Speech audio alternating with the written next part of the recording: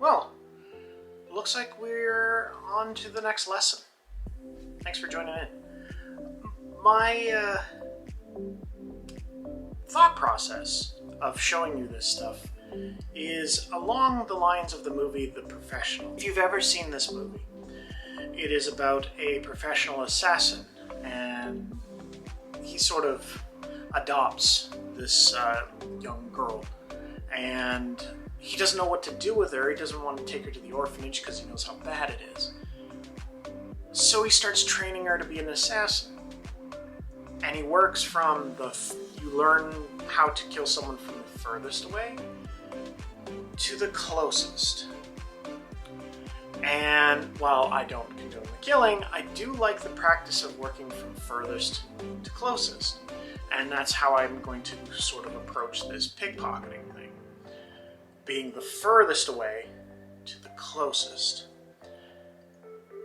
And right now, being the furthest means we're not taking anything. We're actually giving them stuff. And I think that's just a better way to practice than trying to take things all the time.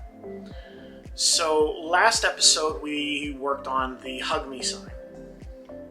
And I'm still looking to see what kind of messages that you guys want to write on these that you think would be aggressively positive, because those are the ones I want to see. But in the meantime, we're going to work on a little smaller type of object and try and work with playing cards. Now, with these playing cards, nothing's different about it except the fact that I've written a nice little message here that says, "Love your face." I figure that's appropriate. Now, what we want to do is sneak this on somebody's person. Pretty much by any means possible, but the nice thing about this is that it's a smaller object. It gets you closer to pockets, which is obviously what a pickpocket wants. And again, it's just a good way to practice. Now, a lot of magicians who want to get started in this will immediately recognize that if you can put a card in someone's pocket, you have an amazing revelation. Now, if you can do this in real time, you can have an amazing trick where they sign a card, the card is lost in the pack of cards, and for a revelation, the card is in their own pocket. This is the baby steps of getting to that point. Let's get started. So first we're going to talk about technique. Now, some of you are probably like, okay, whatever, technique with this is not going to be that big a deal, right? You just hold on to it. But you'd be surprised. Devil is in the details, and you have to make sure that everything is right, so there's less chance of being caught. So there's a couple techniques that you're going to use. And first and foremost, the first technique is not going to use a thumb at all. You're actually just going to use your first two fingers. That's it. Your index finger and your middle finger. Now, that being said, your index finger is going to be the finger in behind the middle finger, like so. Now, when this goes into someone's pocket, what you're going to do is you're going to have this at the extreme fingertips as light as possible, because you want to be able to release it with the least amount of tension as possible. Tension means hesitation. Hesitation draws attention, and that's what we don't want.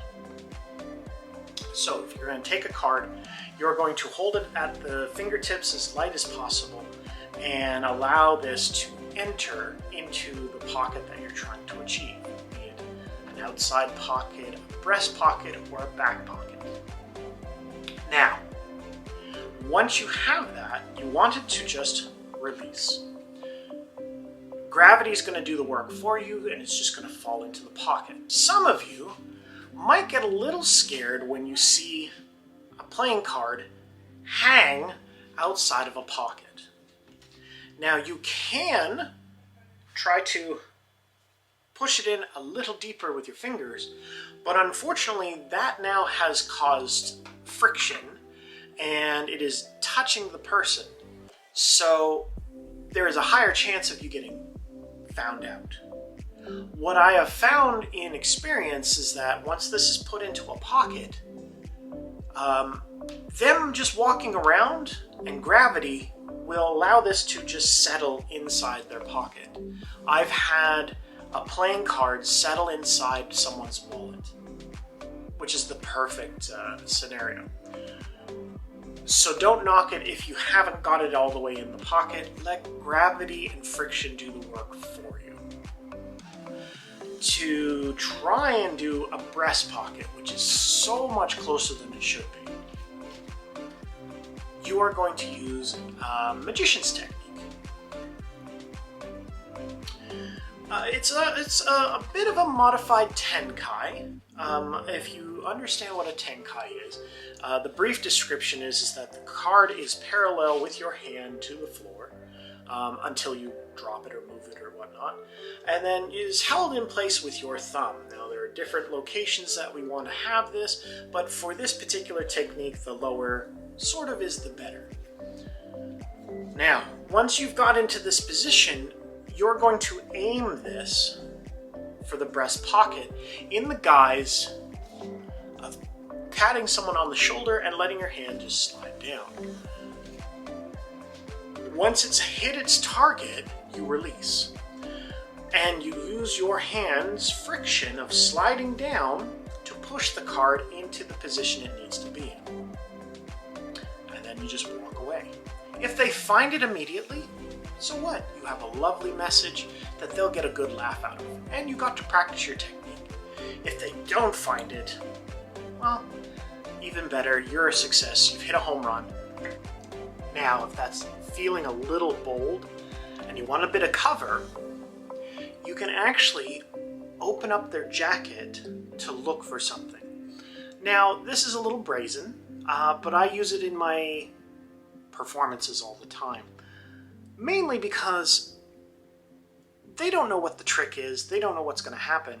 So, me asking them to open up their jacket so I can do something isn't that big a deal. And that open jacket allows me cover to put the card into their breast pocket or their side pocket. So both techniques will work fine in this position. Keep in mind, all of them are amazing.